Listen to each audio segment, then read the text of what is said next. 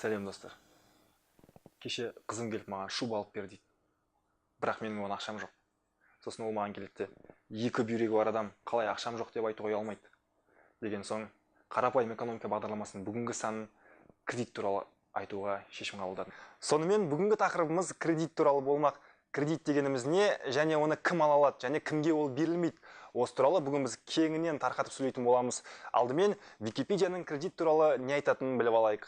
Несие белгілі бір мерзім бойы пайдаланып, қайтарылу үшін әдетте пайыз төлеу шартымен ақшалай немесе тауар түрінде берілетін қарыз.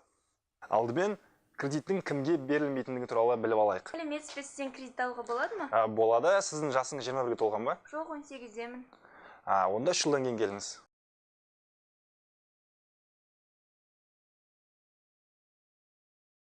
Сізден кредит алайын деп едім. Сіздің жасыңыз 21-ге толды ма? Иә, толған. Болды, онда сізге кредит береміз. Кредит кімге беріледі? Қазақстан Республикасының азаматтарына, жасы 21-ге толғандарға, несие төлеуге қабілетті азаматтарға. Кредит кімге берілмейді? Бірінші топ мүгедектеріне, жұмыссыздарға.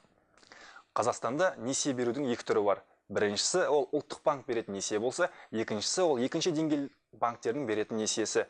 Ұлттық банкты асан, ал екінші деңгейлі банктерді үсен деп түсіндіретін болсақ, асан ол аукциондық және ломбардтық несиелер береді, ал үсен болса жеке тұлғаларға, қарапайым адамдарға беретін несие түрі. Несиені бір ауыз сөзбен түсіндіретін болсақ, ол ақшаны ақшамен сатып алу. Қарапайым экономиканың бүгінгі санын президентіміз Нұрсұлтан Назарбаевтың сөзімен аяқтаған келеді. Кредит төлей алмасаң, алмай-ақ қой. Достар, сау болыңыздар.